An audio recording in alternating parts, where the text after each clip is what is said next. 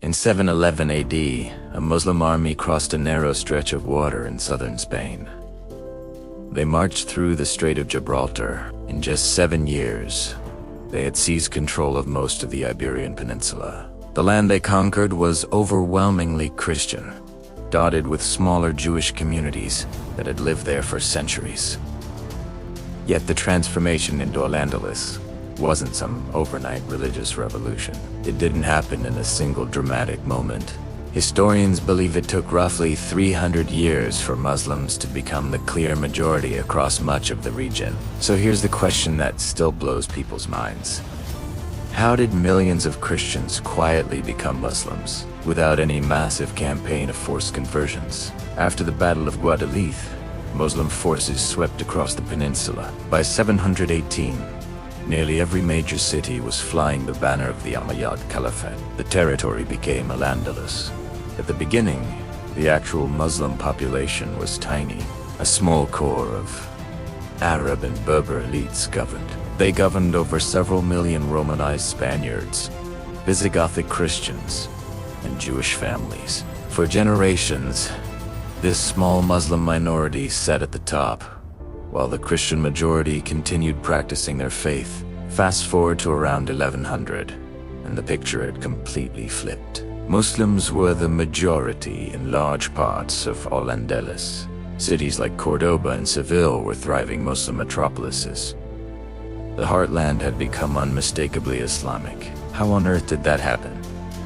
It wasn't through swords and ultimatums. Islamic law classified Christians and Jews as people of the book-protected communities known as dhimmis. They could keep their churches, synagogues, and religious customs, run their own local affairs, and live under Muslim rule.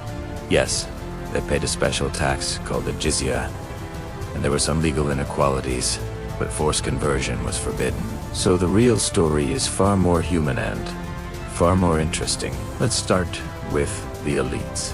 Many Visigothic nobles faced a simple choice: resist and lose everything, or cut a deal and keep their estates.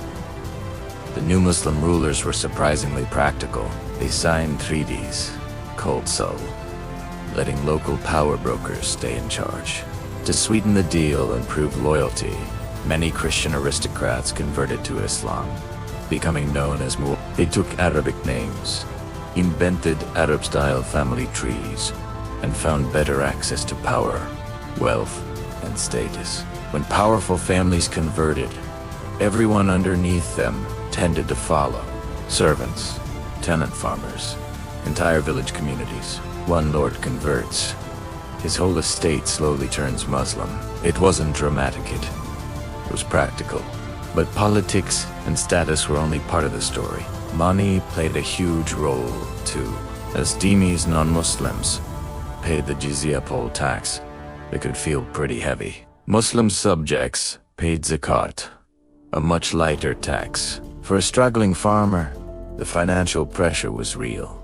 Converting often lightened the load dramatically. It opened doors to better economic opportunities under Muslim rule. Over time, that quiet economic incentive pulled in huge numbers. Imagine you're a small landowner in 9th century Toledo. The jizya bill arrives, and your Muslim neighbors pay less. At some point, the math just makes sense. It wasn't coercion, it was survival and smart decision. Then there's the social and cultural pull. Early Islamic societies organized around tribal loyalty and Arab prestige. If you wanted to get ahead, one of the smartest moves was to become a Mawla client attached to an Arab tribe. Local Iberians would formally link themselves to a powerful Arab family.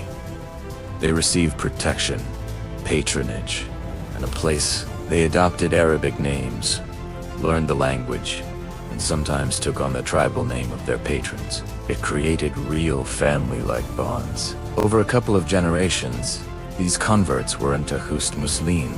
They were culturally Arabized too. They dressed like their patrons, spoke Arabic at home, and moved comfortably inside the ruling circles. And yes, love played its part.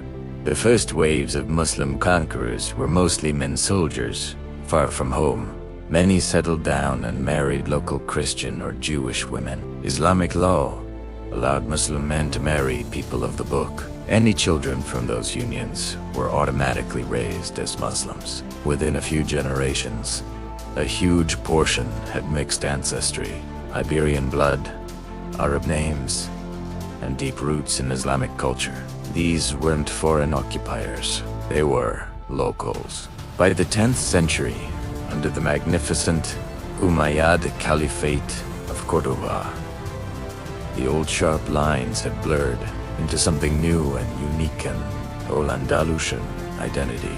People spoke Arabic, studied sciences, enjoyed poetry. Not everyone converted, of course. Plenty of Christians chose to stay Christian. They became known as Mozarabs, Arabized Christians who lived under Muslim rule, spoke Arabic, took Arabic names, and participated in the wider Islamic cultural world. Their existence proves the point. You could thrive in Al-Andalus without becoming Muslim. But the cultural pull was strong. This gradual, voluntary, processed politics, taxes, social climbing, intermarriage, and cultural fusion turned most of the peninsula Muslim. It was millions of individual decisions spread across centuries.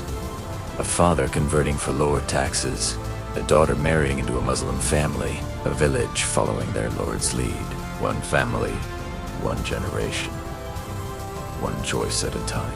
Of course, the story doesn't end there. In the Christian kingdoms of the north, the memory of the 711 invasion never faded. Over hundreds of years they pushed south in what became known as the Reconquista. Territory changed hands slowly. When Granada, the last Muslim kingdom, fell in 1492 to Ferdinand and Isabella, the religious balance shifted again. At first, the surrender treaty promised religious freedom. That promise didn't last. Forced conversions followed. The new Christians, many of them former Muslims, were called Moriscos. But suspicion lingered. In 1609, King Philip III ordered their mass expulsion. Roughly 300,000 people were driven out. Even after all that, nearly 8 centuries of Muslim rule left an indelible mark. You can still see it today in the architecture, the language, the agriculture, the food, the music. The Alhambra, the Great Mosque of Cordoba, the countless words borrowed into Spanish, the irrigation systems that still watered the fields. That long chapter didn't vanish. It became part of the DNA of the peninsula. So the next time you hear someone talk about Al-Andalus as if it was just a military conquest, remember the real story. It wasn't only about armies and battles. It was about people making practical choices. Choices that slowly, steadily, and profoundly reshaped an entire corner of Europe. One household, one generation, one decision at a time. If you want to dive deeper into what happened to the Muslims after 1492, check out our video on the Moriscos. And if you love maps like I do, grab our high-resolution printable historical map of Al-Andalus. Link below. Drop a comment if there's another chapter of this history you want us to explore next. Thanks for watching. See you in the next one.